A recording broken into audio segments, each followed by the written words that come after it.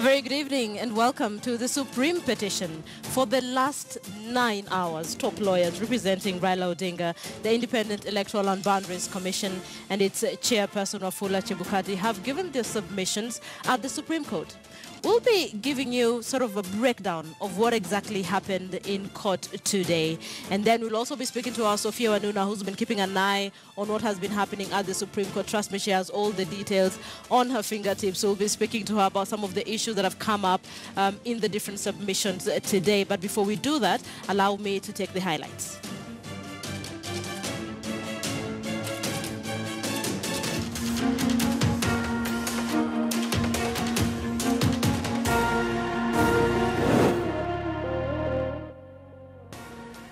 Hearing begins as NASA lawyers argue out their case in 5 hours. The case of the algorithm. Bench hears NASA's allegations that a formula may have calculated election results. IEBC lawyers challenge NASA on evidence quoted but not officially admitted as part of the petition.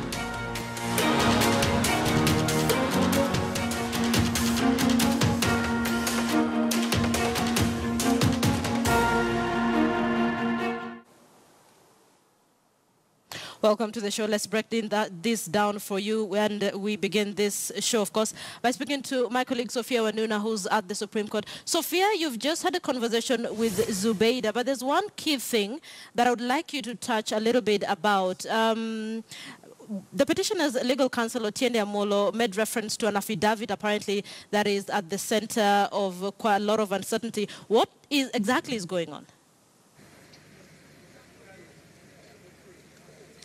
Right, Linda, remember on that particular affidavit, Justice Lenaola, who read that ruling earlier this morning, had to come in and clarify after counsel Paul Muite, for the first respondent, objected in court, arguing that in fact the affidavit had been allowed in regard to the application that had been filed, but not to the petition. So what is unclear at this particular point, because, and he admitted to this, Paul Muite, he realized this after Otiende Amolo, counsel for the petitioner, had completed making his submissions. So what is unclear, because he went extensively into the Forms 34A and the implications of the same, quoting various affidavits. So what is unclear at this point is what now will be expunged following that clarity that we got from Justice Lenaola, that in fact there was an affidavit by one of those that had filed for the petitioner that was only to be applied as far as the application that was allowed by the court, but not the petition itself. And that today, this morning, as Otiende Amolo was addressing the court in his oral submissions, he alluded to it extensively, which is what Muite objected to. And Muite asked the judges to expunge all of what was said, or evidence that was given, or submissions that were made in regard to that particular affidavit. So it's unclear to the extent that how significant was this affidavit in as far as the evidence for the petition is concerned, because if it is a lot of what we heard Otiende Amolo say, then it really just takes away quite a significant portion of what it is they were explaining in as far as the Forms 34A and the evidence and the affidavits that they'd gotten several of those that were supporting their petition to be able to sign, Linda. But also, of course, that allegation and assertion that we heard from the petitioner this morning, Linda, was contesting how it is the IEBC chair, the returning officer for the presidential election, announced the results of the presidential election, not having in his custody or not having been able to compile all the Forms 34A, and those are the basis in which an election should be announced. The IEBC, remember that letter that was quoted from the IEBC CEO, Chiloba, had by 2 days after the result was announced, indicating that the IEBC did not have possession of all the Forms 34A, and yet the results were announced. So these are some of the areas that we'll see the judges speak to when they finally deliver their judgment. Of course, when they were responding, the IEBC first and second respondent, the chair argued that as at the time the chair was announcing the results, he had all the instruments. He was in a position to do so within the law. And remember as well, Linda, there was the question of the numbers that Kenyans witnessed from closure of polling stations. We were streaming them on live television, and we heard counsel for IEBC talk about them being statistics, also refer to them as data, and that they were formerly known as provisional results. And the CJ in particular pressed, asking, so where were these numbers coming from? And he said they were coming from the KIMS kit. And remember, what also we're hearing from the IBC is the KIMS kit is also what was being transmitted or relayed to the constituency level and later to the National Tallying Center. So a lot going on. And you have, of course, Kenyans who are watching, weighing in, and lawyers debating these issues. So this is quite a task that is cut out for the judges, Linda. Yeah, trust me, Sophia, a lot of Kenyans are watching, and all they're saying is, leave out all the legal terminologies. Just tell me what NASA is saying, what is IBC saying, what are some of the lawyers saying. So you're doing a good job trying to break it down for us, Sophia.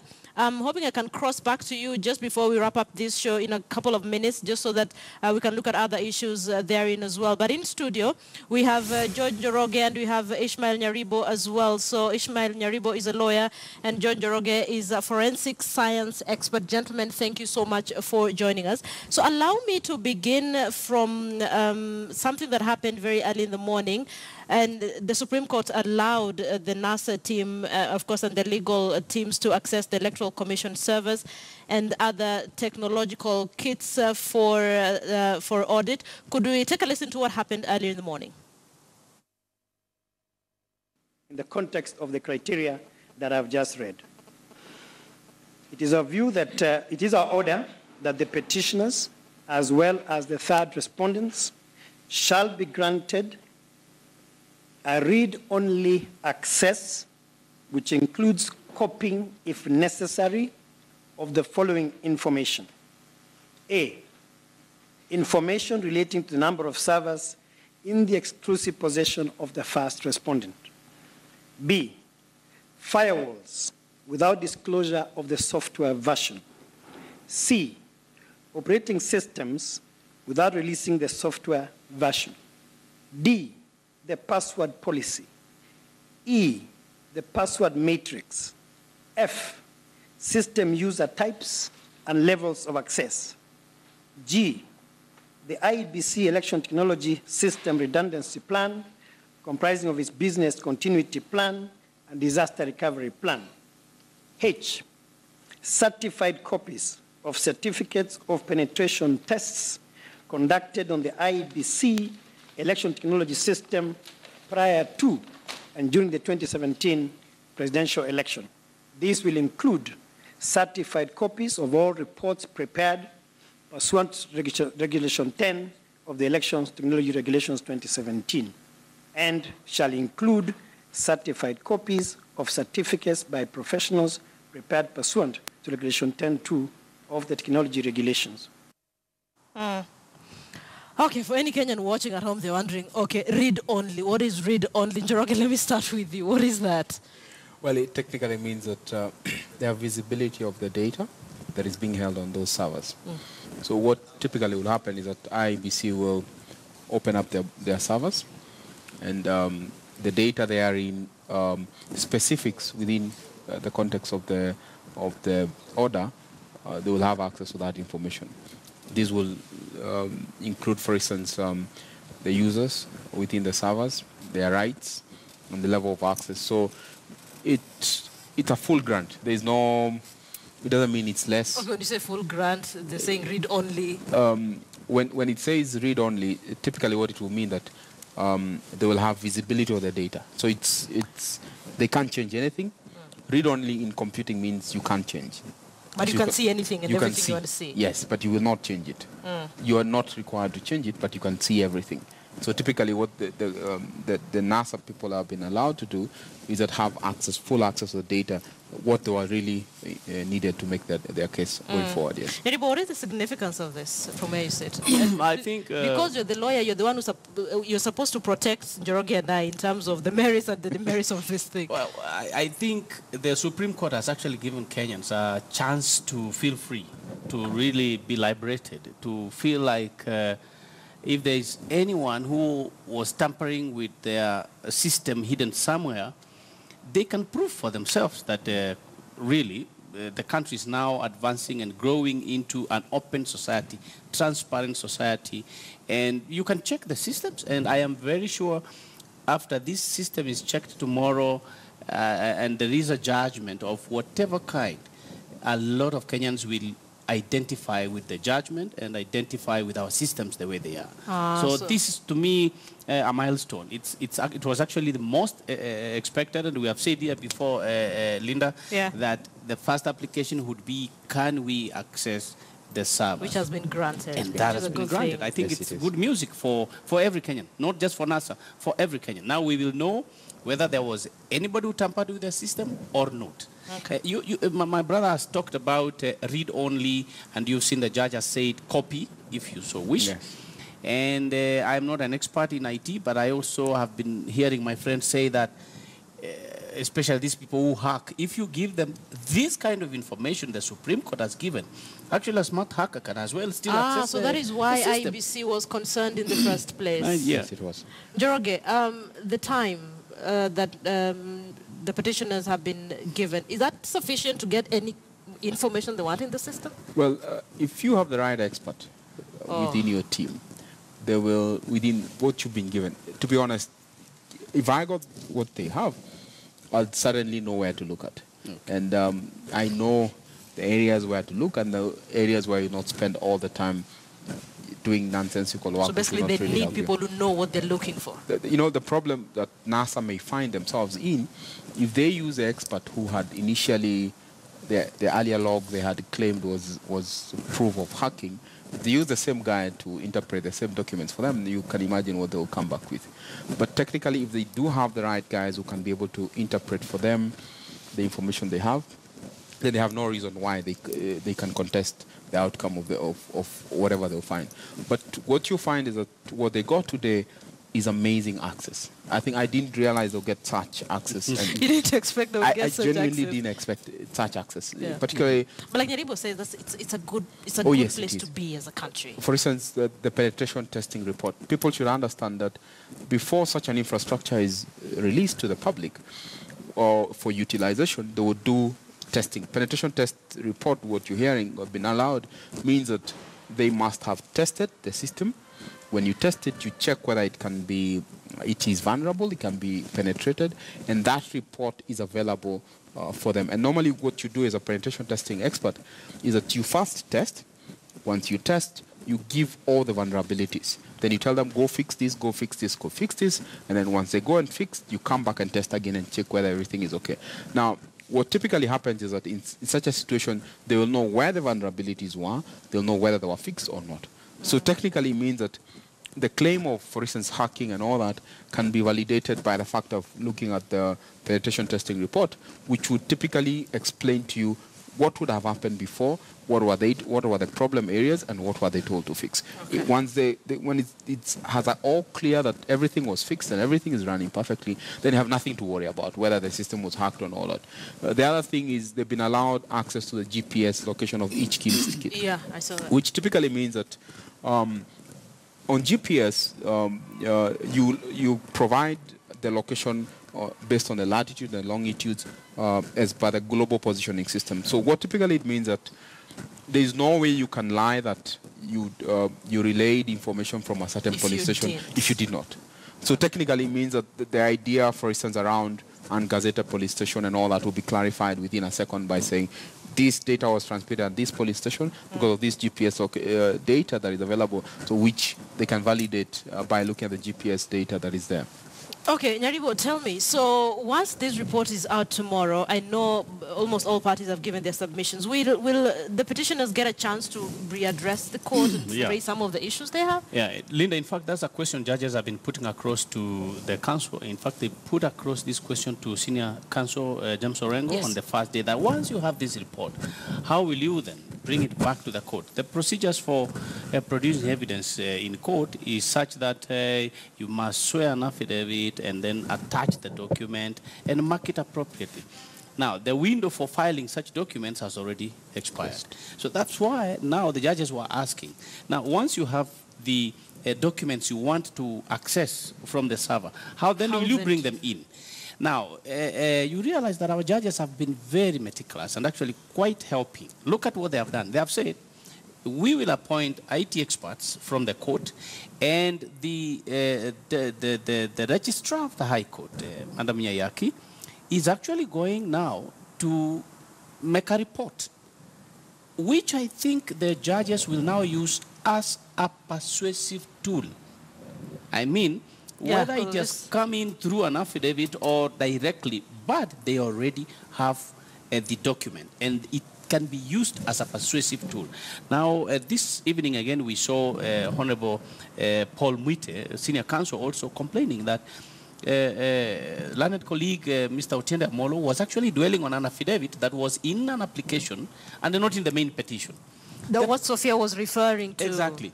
You know, in courts, you can come with a rule they call without prejudice, or this is just, I'm not going to argue it. The truth of the matter, the bombshell has been unleashed. The judges know there is an affidavit saying A, B, C, and this can be a basis to persuade the judge's mind. Remember, the main role of an advocate arguing before the judges is to make sure he persuades the judge to see his case. So, Otiende Amolo has already spilled the beans. Yeah. They are before the judges. Even if this were to be expunged, I can tell you. But that puts them in a very difficult position, you know. Yeah. Okay, let's speak to Jotham Arwa, who's a lawyer. We're speaking to him on phone. Mr. Arwa, good evening. Can you hear me? I can hear you very well. Thank you. Thank you for being part of this show. Listen, you're talking about the rights, or rather the ruling by the Supreme Court that now allows the petitioners, that is NASA, access to IBC servers, of course, for their own audit. And I have in studio Ishmael Nyaribo, who's a lawyer as well, and we have George Njoroge, who's a forensic science expert. And Nyaribo says the question of now, once this once the petitioners go into the system and they have the report, now the concern is how then this comes back to the Supreme Court. What are your thoughts? Well, Linda, the law looks at petitions, election petitions, differently from other litigations. In election petitions, of course, we have the litigants, but there is always the public, the electorate, who also have a direct interest in the matter. And their interests must also be considered. And at the third level, there is also the public interest in maintaining the confidence in the electoral system itself. And so the court is also the instrument that the law uses to ensure, to instill public confidence in the electoral system, that is assuring the public that whatever election produced particular results was a credible election. And so there is what my friend Mr. Nyaribo is talking about, that it's the responsibility of the parties to present the evidence. Yeah. But apart from that, there is Section 80 of the Elections Act that also donates another jurisdiction to the court, that is to conduct a scrutiny.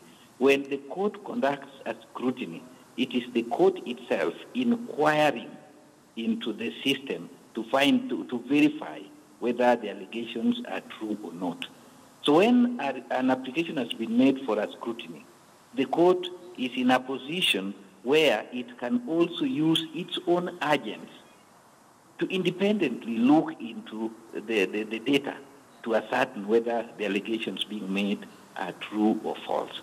And I believe that is what the Supreme Court has done, and that is why they have given the registrar of the Supreme Court that authority to prepare a report.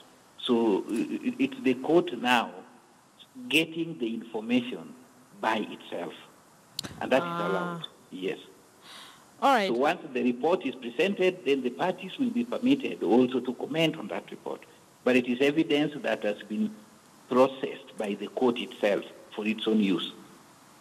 All right. All right. So, Mr. Ara, thank you so much for speaking to us. Njoroge, as the petitioners go into the system, what exactly are they looking for? Well, I think the key thing they're trying to find is fault or irregularities that they feel may have happened. Of keen interest is were there vulnerabilities that were exploited, or was the system manipulated for anybody's benefit? And that's why you're seeing, for instance, there's an insistence on a conversation around algorithm and creation of increase of votes and all that. I've tried to craft that thing. I cannot get my mind through it. And you have two proponents. One of statisticians who are saying the probability of this happening is really complex. And on the other side, the statisticians from NASA's side saying it is very plausible. Now, these are complexities that will have challenges in interpretation of the outcome based on your understanding and the understanding of the different parties involved. But what they're trying to get out of this is, was the system vandalized? Was there somebody who gained access to the system? And did they benefit from it? So the initial logs that NASA had released after the election saying the system was accessed, these particular people accessed the servers, which were not very good. Now they have the real thing, which they've been allowed to have access to the logs, the system audit, the internal system audit information, which they can now use for their own benefit in terms of building evidence for their case. Nyaribo, I'm going to pick your legal mind here, and we're alluding a little bit to what Sophia had to say with respect to what Otinde Molo had to say. Could we play that, then I can speak to Nyaribo, please?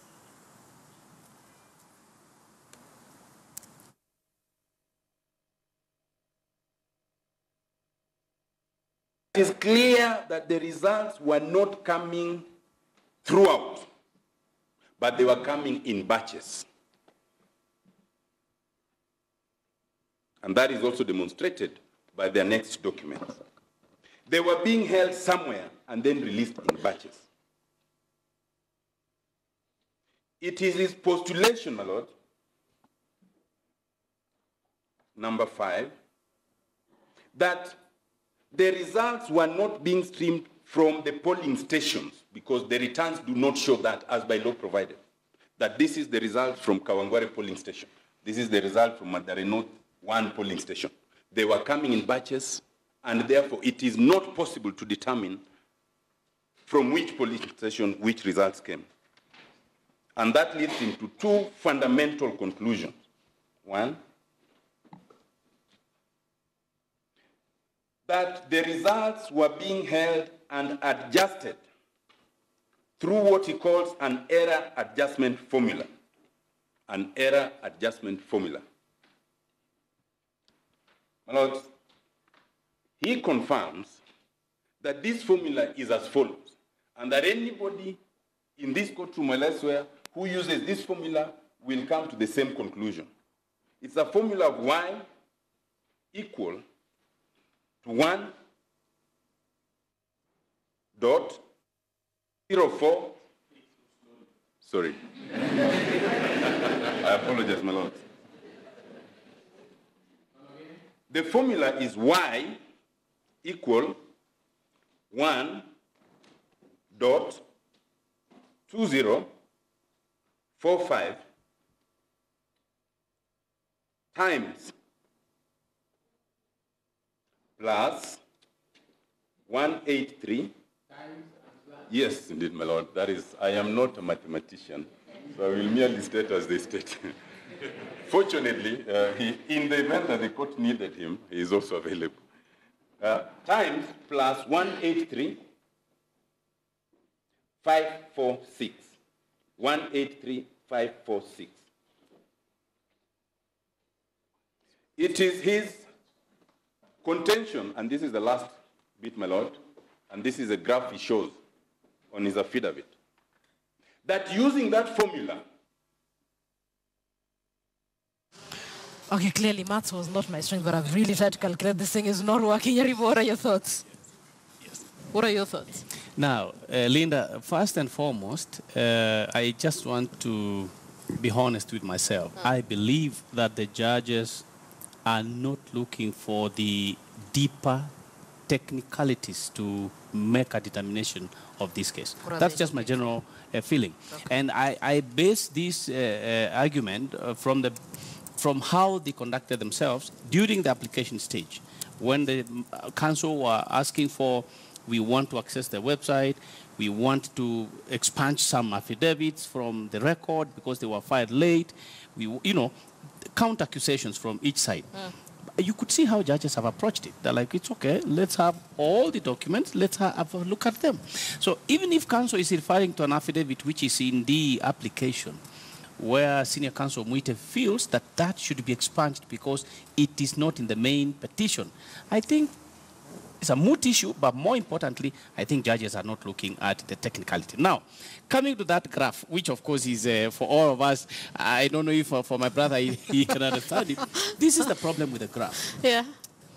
If you've been allowed to read only and copy, but you have not been allowed to the software, how do you demonstrate then that the software was tampered with by use of such an error? Joroge, they can't get access to the software, can they? No. Okay. They have specific access to specific things. Yeah. So, but I think what the judges were doing really, and I don't want, it's really a petition going on in court. But what the judges were doing, don't get me arrested, please. What the judges were actually doing is trying as much as possible to protect both parties. Okay. They give you leeway, read, copy, probably bring us the information that supports your graph tomorrow, but do not go into the system, because then that would violate the IBC mandate and probably expose the public. So it's really not based on technicalities in my view. Yeah.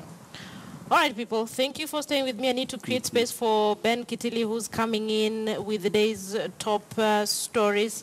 Thank you so much for joining us, Ishmael Nyaribo and George Njoroge. Thank you so much for your time. So we are going to have more of this conversation from 10 p.m., just trying to break down what exactly happened at the Supreme Court today for you. Thank you for watching. I'm Lindo Gutu. Ben Kitili is up next with KTN's top news at the top of the hour.